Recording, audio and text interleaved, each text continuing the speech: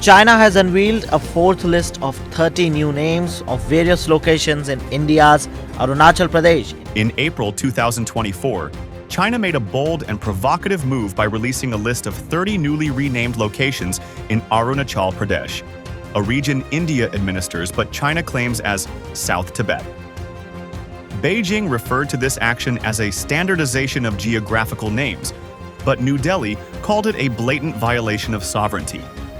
The Indian Ministry of External Affairs slammed the act as vain and preposterous, insisting that Arunachal Pradesh was, is, and will always remain an integral part of India. Internationally, the U.S. expressed concern, opposing any unilateral attempts to advance territorial claims, warning that such actions only heighten regional tensions. But Beijing's move was not just about maps. It was a calculated geopolitical signal, and it wouldn't be the last.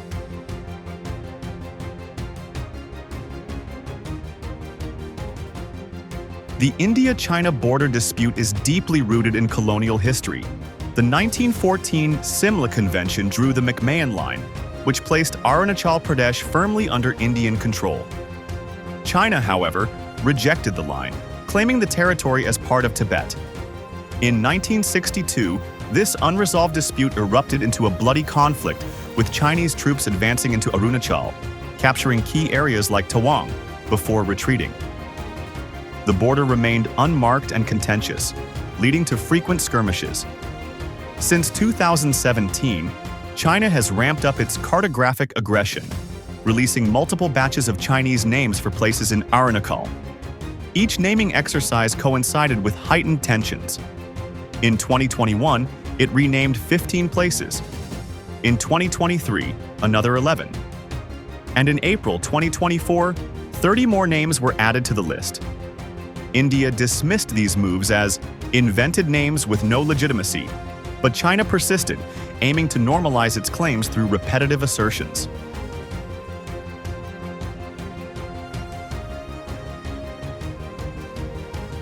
In May 2025, China intensified its territorial claims by releasing a fifth list of 27 newly renamed locations in Arunachal Pradesh, including villages, mountains, rivers, and a lake.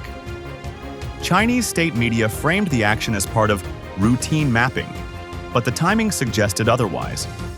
On May 12, 2025, India's Ministry of External Affairs responded sharply, calling the renaming exercise baseless and politically motivated. A spokesperson reiterated that China's unilateral actions would not alter the ground reality that Arunachal Pradesh is Indian territory. The backlash was not limited to diplomatic circles. In Hawaii, Anjao district, hundreds of locals staged protests, burning posters of Chinese President Xi Jinping and chanting pro-India slogans. A resident, speaking to NDTV, declared, "It's not 1962. Arunachal Pradesh was never a part of China." The protests underscored the public outrage and defiance against China's territorial claims. Meanwhile, India took digital countermeasures. On May 15th, it blocked social media accounts of Chinese state media outlets, including Global Times and Xinhua, accusing them of spreading disinformation about the Kashmir conflict and India's border situation. Indian officials stated that these platforms were pushing Pakistani propaganda, suggesting a coordinated effort to undermine India's stance on both its western and eastern fronts. China's actions in Arunachal are closely tied to its alliance with Pakistan, particularly as India, and Pakistan clashed militarily in Kashmir just days before the renaming announcement. On May 6 to 7, 2025, Pakistani jets, supplied by China, engaged in aerial combat with Indian forces, shooting down 2 Indian planes. U.S. intelligence confirmed that Pakistan used Chinese J-10 fighters, showcasing Chinese military hardware in live combat. This incident was a strategic boon for China, allowing it to assess Indian tactics without direct involvement. As the India-Pakistan conflict simmered, China stepped up its diplomatic support for Islamabad. In the UN Security Council, Beijing blocked stronger language condemning Pakistan, calling for a neutral investigation into the Kashmir attack. effectively aligning with Pakistan's narrative. India viewed these moves as two-pronged pressure, Pakistan on the western front and China on the eastern front. China's renaming of Arunachal locations at the same time sent a calculated message to New Delhi. If India pressed Pakistan too hard, Beijing would apply pressure in the Himalayas.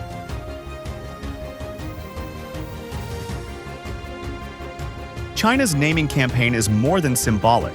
It's a strategic maneuver to normalize its territorial claims and keep India off balance.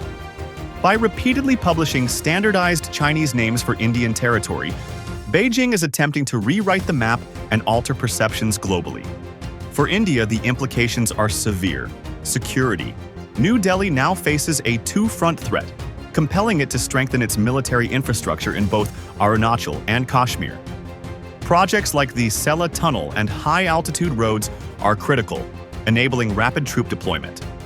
Diplomacy. India has ramped up its diplomatic push, calling out China's actions at the UN and Quad forums, urging international partners to reject unilateral border changes. The US publicly supported India's stance, condemning any attempt to redraw borders through coercion. Public sentiment. On the ground, anger against China is palpable, with residents in Arunachal asserting their loyalty to India.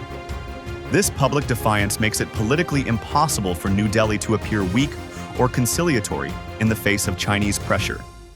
China's actions also complicate India's broader strategy of engaging with neighboring countries.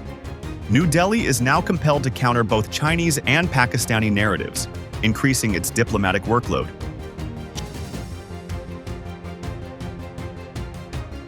China's renaming of Arunachal Pradesh locations in 2025 may seem like mere map-making, but it's a strategic escalation with far-reaching consequences.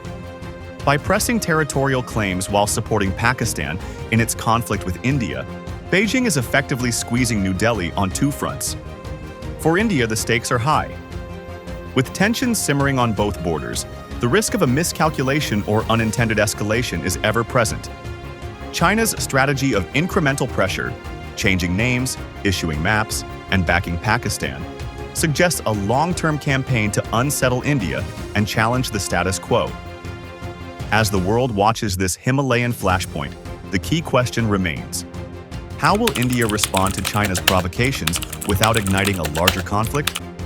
And more importantly, how far is Beijing willing to go in asserting its claims?